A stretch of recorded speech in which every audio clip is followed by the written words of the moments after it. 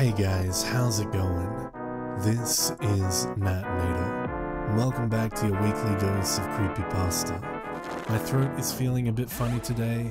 I don't think I'm getting sick, but I hope y'all don't mind if I sound a little off.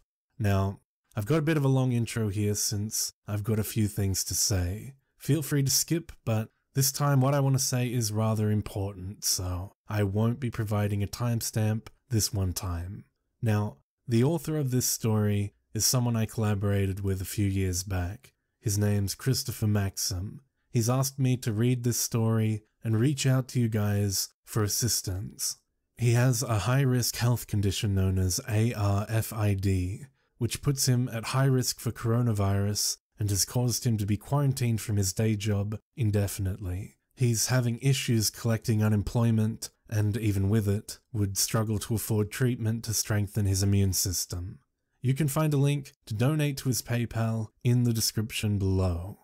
Now, with that said, it's hard for me personally to advertise a charity to a singular individual and not feel like I'm neglecting the bigger picture in the world right now, considering that there are so many people that have been and are being negatively impacted by COVID-19, not to mention the injustices against the black community that has the entire world protesting right now. So, also in the description below, I've sourced multiple links to various places you can donate to help fight coronavirus, help support its victims and workers, and help support Black Lives Matter through various means. Last but not least, I just have to say that I don't want to pressure you guys to empty your pockets if you can't first afford to help yourselves. Now, let's change tack here by thanking the wonderful patrons on Patreon who are keeping these videos a weekly occurrence. Initiates and Disciples are up on the Hall of Fame. I've not forgotten my lovely recruits as well. Thank you so much. Shout out to the Disciples, Tiffany, Backapuff, Wendy Escalera, Subscribe SoundCloud, The Greatest Nightmare, and Teddy Dog. Peace be with ya. Now as always, turn out the lights, get comfortable, and let the story begin.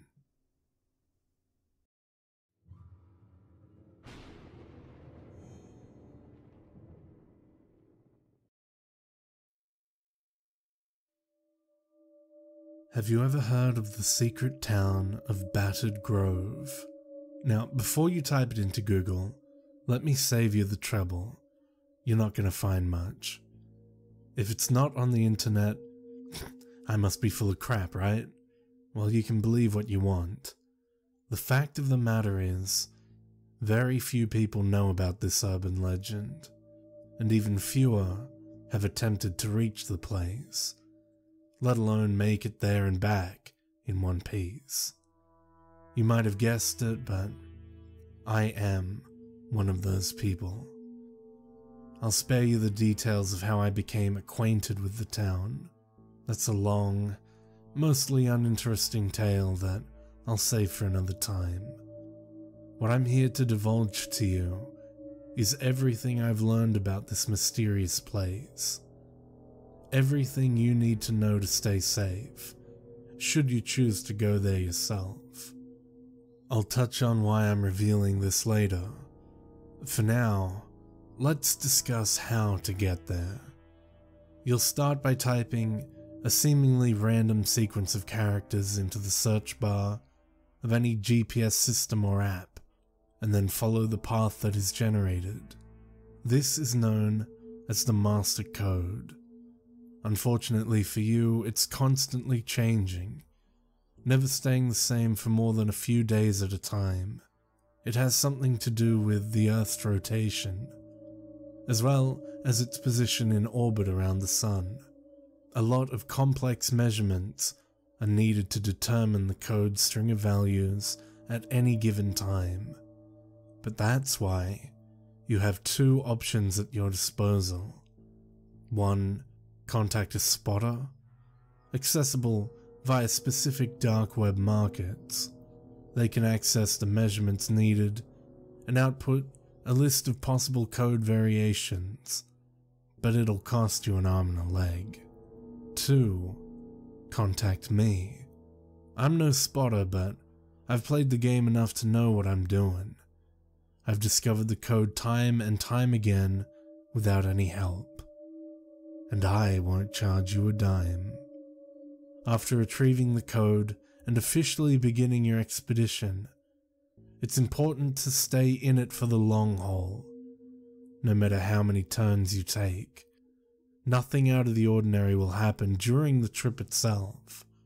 This is why a lot of first-timers get bored, call it quits halfway through, sick of driving aimlessly down random roads.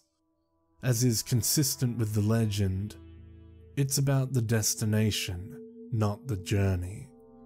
The payoff here is exploration in uncharted territory, the discovery of a non-existent place. Though the route is always changing, drive time usually remains the same. It should take you anywhere from 5 to 6 hours to complete the trip, depending on traffic. Keep an eye out for these landmarks so as to be absolutely certain you've arrived. Hank's Supernova Diner, an eatery that boldly proclaims that it's open 25 hours a day. Hexworks, a boutique that specializes in vintage curiosities. Grovewood & Co., a souvenir shop. For some reason, I couldn't seem to find this shop during my last visit. Also, Garrett's Locker, a death metal venue. As exciting as it will be to explore this new place, you mustn't get carried away. Forces beyond your comprehension are at work, offering you a glimpse into a world you were never meant to see. One false move could shatter this cosmic window, disrupting the delicate balance between worlds, effectively catapulting you into a fathomless void of non-existence from which you may never return. That might sound dramatic, but it really is that serious. I urge you to take the following advice to prevent irreparable damage to yourself or reality as we know it. Do not get out of your car while in town. Your presence will disturb the residents, the nearest of which will walk up to you and bash your brains in with brute force. When chasing an outsider such as yourself, a resident possesses reservoirs of unnatural strength, agility, and endurance. After ensuring that your heart is stopped, the resident will resume their daily routine as if nothing happened. Do not film or take pictures of the town. Don't even take a selfie in the car. If you have a dash cam, get rid of it. There can be no record of your visit whatsoever. If you fail to do this, something will happen to you. Not right away. It could be a couple of days, or even a week after your return home. But rest assured, it will happen. A fellow Grove goer I knew by the name of Red made the mistake of taking a short phone video of his drive through town. For his personal records, I can only guess that someone or something abducted him and retrieved the footage. We usually touch base at least once every few months to discuss our findings. It's now been over 2 years since we last spoke. Speaking of phones, let's talk electronics.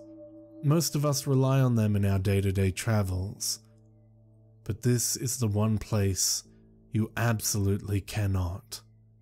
Don't trust a single one of your gadgets. For instance, if the GPS is still going once you've hit town, it'll have you driving around in circles, eventually leading you into the unsavory depths of the town, where you'll inevitably run out of gas. After that, it's game over. If you call someone while in the battered grove, there is a 100% chance that they'll pick up. Only it won't be them. Their voice and diction will sound identical to their real-life counterpart, but don't be fooled. It's a trick of the town, fighting for you to stay so it can eat you alive. If you do stay on the line, the other person will become hysterical. What they say is different for everyone, but their words will cut deep, and they will somehow convince you to get out of your car. And, well, we all know what happens after that. The town learns. Every time you visit, it'll throw a new curveball at you, hoping you'll exit your vehicle for one reason or another. I thought I'd seen everything, but on my last drive-through, I received an Amber Alert on my phone. The plate number matched the truck in front of me, and I could clearly see a young girl in the back seat, clawing at the windshield. She looked directly at me, tears running down her face, begging me to save her. I followed the truck for a good 10 miles before coming to my senses, getting the hell out of Dodge. It's best to spread your visits out with long rest periods in between. The more often you visit, the harder it is to get out. The town hates repeat visitors. So, why am I telling you all of this? Well, I'm here, right now, stranded in Battered Grove. I tried leaving by normal means, but the town is getting crafty. The roads that usually lead home rearrange themselves, all taking me back to this godforsaken place. Remember what I said about spreading out your trips? Well, I got cocky. I went from a few visits a year to 6 or 7, to eventually coming out here monthly. It's an addiction, one that I clearly don't have the discipline to manage. I've officially hit rock bottom, sitting here in my car, completely out of gas, just waiting for the inevitable. This is where you come in. Below, I will reveal the current master code. I don't know if it's still active, but this is my only hope. Please help me. I beg of you. Even as I type this out on my phone, I'm in danger. The town knows I'm stranded and is doing everything it can to swallow me whole. Every couple of minutes, I'm receiving calls from unknown numbers, getting pop-ups for local gas stations that are in walking distance from my current location.